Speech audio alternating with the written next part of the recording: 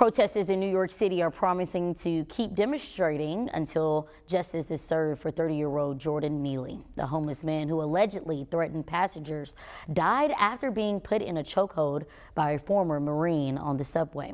It was all caught on camera, and we do want to caution you that this video is disturbing, but we also want to share some of that this afternoon to show you exactly what happened. Here's Nancy Chen.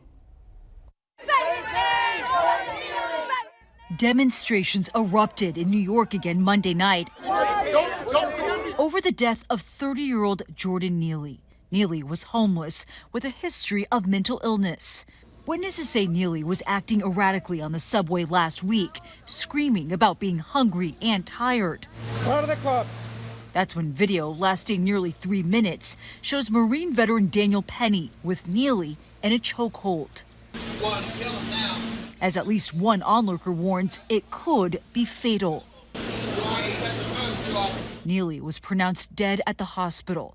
His death ruled a homicide. I think what happened is things got really out of control, but horrible accidents sometimes can turn into a manslaughter. Former Manhattan Assistant District Attorney Michael Bachner. The testimony of the other people on the train, how endangered they may have felt, how heightened and really kind of scary and aggressive the whole situation was, that could lead to the conclusion that he acted in self-defense. A lawyer for the 24-year-old says Daniel never intended to harm Mr. Neely and could not have foreseen his untimely death. Jordan's story could be anybody else, anybody else's family member, anybody else's loved one, could be dealing with these issues.